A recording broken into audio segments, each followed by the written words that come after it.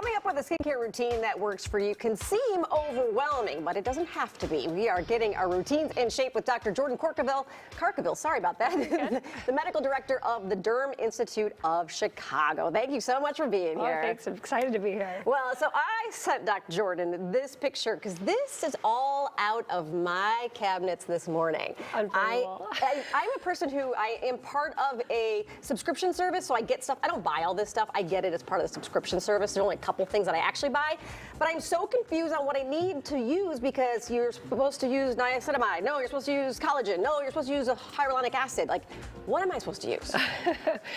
Well, Amy, I think the main things, this is the most extensive display I've seen in a long time. So thank you for that. Yeah. I think the main things is we want to keep it simple. We want to know what your skin goals are, and we want to use what you like. Okay. So first I ask you, what type of skin do you have and what are your goals? Okay, so mid-40s, I have rosacea. I have a little bit of sensitive skin, obviously rosacea, but I really am most concerned about anti-aging. Okay. Well, guess what? You're the hardest patient to treat. Like anything difficult. When you have rosacea, that's a sensitive skin care condition, combined with anti-aging, which is meant to kind of irritate the skin to stimulate collagen, it becomes a challenge to bring those two together. Okay. So what we want to do is focus on anti-aging without making your rosacea or sensitive skin mad. Okay. So you have a lot here to choose from. A lot of these things I probably wouldn't recommend. So there's a lot of acids and irritating substances that probably just aren't good for your skin every day. So I selected a couple things. So looking at a couple things, I selected a few things here that you had.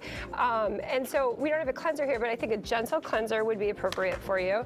And then alternating between a niacinamide, which is an anti-redness, and a vitamin C, which is an antioxidant. So it's going to fight free oxygen radicals and help protect you against aging and skin cancer.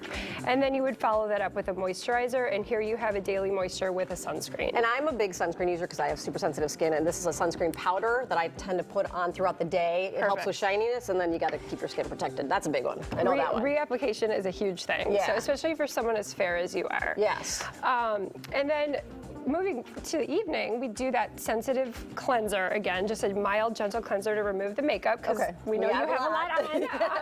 And then I would say that using a vitamin C also, again, in the evening would be good for you. And if you feel that your skin can tolerate it, you can use a retinol. Okay. A retinol is going to stimulate collagen. And so in the 40s, we want to think of boosting collagen. And so a retinoid would be great. Followed by a thicker moisturizer for the evening. But if you're feeling a little bit oily, you can use a thinner one. I do like that product right there that you have. Yeah. What gets so confusing though is so many of these products have multiple things in them, and I don't know if I know what I'm supposed to use, what I'm not supposed to use, what's good for what skin type too. Right. So I think that, and if we're thinking about in terms of like years and 20s, 30s, 40s, 50s, in the 20s we want to prevent and protect. Okay. So we're looking for things that are sunscreen and then maybe some vitamin C's, because vitamin C's and other antioxidants are going to prevent free oxygen radicals, helping us with skin cancer and aging. Yeah. So in our 20s, it's real simple, right? Moisturizer. Do you need an eye cream? I'd say you can if you're starting to see. So in the 30s, we start to see a little bit more of those fine lines and wrinkles. Right. So you might think about adding in an over-the-counter retinol and maybe an eye cream to help, usually around the eyes. Right. And then 40s, when we get to our 40s, things are starting to go south. So 40s, hormones are changing a little bit, and we start to see the skin getting a little bit drier, a little loss of collagen. So we want to think collagen boost. And so that's going to maybe switch out that over-the-counter retinol to maybe a prescription retinoid. Okay. Okay. And then you might incorporate peptides, which are also collagen boosters. Collagen booster. Okay, so I had recently, this is one of the ones I actually did buy. I bought a collagen, but then I've read they don't even know if collagen through your skin is effective. If you have to ingest it, a topical may not do it. Correct. So I think that you want to focus more on those vitamin A derivatives, which are retinols and retinoids, because those through the cell stimulate collagen production. Okay. Now, 50 is right around the corner. What do I change as I'm hitting 50?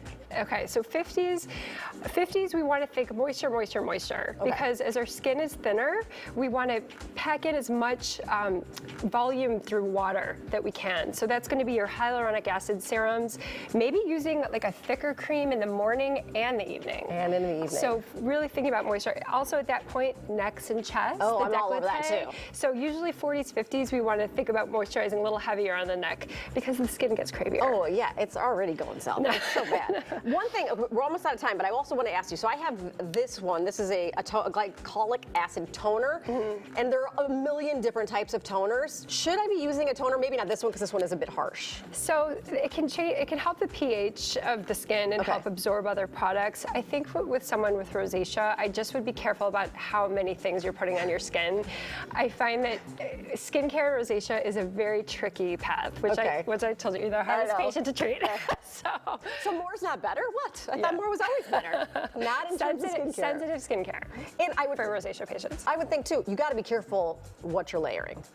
Yeah, right? for I mean, sure. because this all has different stuff in it and doesn't always go together. True. I think serums and gels layer well. It's hard to layer thick cream after thick cream. So, Yeah. so the vehicle matters.